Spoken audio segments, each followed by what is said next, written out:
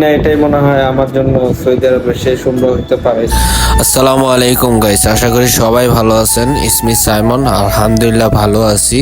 তো আমি যাইতেছি ওমরা হজ করার জন্য তৃতীয়বারের মতো।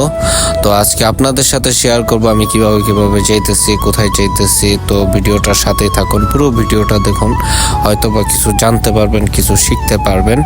তো চলুন ভিডিও শুরু করা যাক। আলহামদুলিল্লাহ, টিকিট তো হয়ে গেছে।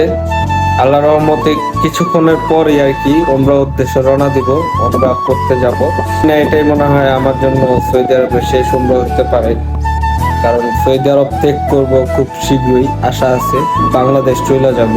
তো সবাই আমার জন্য দোয়া করবেন। আমার সাথে যাইতেছে আশিক, পর্যন্ত আগাই দিয়ে গেছে যে জিসান, খুবই ভদ্র একটা ছেলে।